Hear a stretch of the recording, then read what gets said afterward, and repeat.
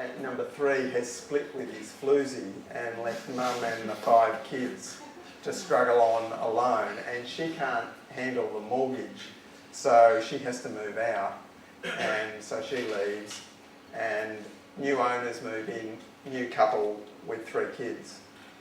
Now, they're really into native gardening, and they just love gum trees and wattles, and they plant them all over the backyard and put in a native garden in the front, shock horror, sort of gravel and mulch and these sort of sticky looking sort of Australian native shrubs that the other people with their roses think is a bit radical, but anyway. Now what else is happening? Oh yes, and they knocked down the old mechanics garage and put up a double garage games room and concrete the driveway. So things are getting more active. What's happened? They've got rid of their Hills hoist. I think the big gum tree in the backyard was actually shading the Hills hoist, and they've got a clothes dryer anyway, so they don't need it anymore. So what's happened at number 4? Oh, well, they've given up on the veggie garden completely because they're both working overtime in the factory to put the kids through private colleges, so they haven't got time. And they're also paying off the big new extension they did out the back in the 70s. And the olive grove's been reduced to the one symbolic olive tree out the front there. Now, oh, what else is going on? Oh, they've planted a hedge along the side because they had this dispute with the neighbours that they can't stand, so they've sort of planted this hedge to screen them out. And the people count in Aussie Street is down to 17. There's been all this investment in assets, the building area's expanded, the amount of food production has shrunk, consumerism has really taken off, but there's actually less people, and they're there less of the time. So if we look at this in the broader context and think about the problems of suburban growth, firstly, the urban sprawl that involved poor use of public infrastructure, not just all the road network to actually get everyone around, but most importantly, the sewerage systems, incredibly expensive to put in place for this low density development. And of course, car-based transport, that it was very hard to really have public transport with these low density developments.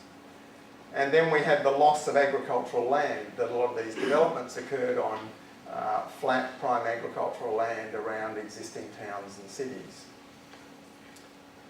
And then there was the dysfunctional economics that came from unproductive capital investment, what James Kunstler has called, in the American context, the biggest misallocation of resources in the history of the world. That America poured all its wealth into this large-scale development of suburbia. So this sort of came about, driven partly and further driving speculative land values. So it didn't matter whether you looked after the house or not, it just seemed to keep rising in value. And what went with that, of course, is declining household production. Less food, crafts, other activity, maintenance of buildings declining. And increasing household debt, people deeper in debt, larger mortgages, and increasing consumer addiction. So these processes really created what became called dormitory suburbs, places where people just slept. There was no one there during the day. And then, of course, they became places that no one wanted to be. One of the factors driving this was declining household size, the number of people in each house, as family size shrank, but also increasing rates of divorce, fragmentation of communities, mobile people going to places where work was disconnected from their families and relatives. that really gave us the empty houses and empty streets. And the logical outcome of that is the lack of community and increased crime. There's very, very good historical work that documents this process, that crime and the breakdown of community is basically related to the absence of people, that people aren't around. It's casual surveillance by people coming and going that is the prevention of crime. Now, the conventional responses to this situation were firstly planning regulations to encourage increasing density. The planners saw that there aren't enough people in our urban landscapes, especially our suburban landscapes. We need to get a greater density. And how did they do that? Well, that was an interesting idea in itself, but they then jumped to the conclusion that the way you do it is you put up more buildings. Sort of like the cargo cult, you know, you put up more buildings, people will come.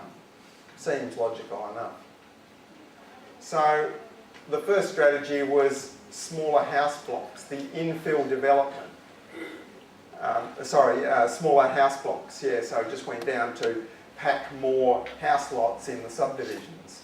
And then we had the dual occupancy infill development, where we go back over the suburban landscape and double the monocultural density. Just put a house in every backyard. This is one of the most stupid things we have done in the last 20 years. A lot of it motivated by good intentions around resource efficiency for public transport and infrastructure costs, supposedly to get more sustainable cities. Then we had medium density redevelopment, where we knocked the houses down and put up low-rise apartments. Not quite as stupid as the previous one, but of course a lot of problems with overshadowing of neighbours, preventing solar access for gardens and passive solar design of houses. Perhaps the most creative of the mainstream responses has been what's been called urban villages, where development has happened above shops in neighbourhood centres, so you get increased residential development around and at commercial centres. So there's also been the lifestyle responses. And the first of those, I think, is holidays away. Suburbia is so bloody boring, let's go away on holidays all the time. And then there was the live-out mobile lifestyle, where, well, now we're cool urbanites. We eat out at the cafes and we go here and we go there. Here at home, we've got a kitchen that's big enough to cater for 20 people, but, you know, we just make toast there. And then there's the renovation obsession, you know, constantly remodelling the house. And the move to the inner city. Feel like we're real urbanites, like we're living in New York, we'll live in a high-rise apartment. And perhaps the most pervasive one of all, the move to country living. Let's escape suburbia and go out to the country. And of course, what do we create? Basically the super suburb, where out in the rural landscape, the same lifestyle and patterns are effectively repeated on a much more unsustainable scale. And then there's another set of responses that could be broadly called environmental.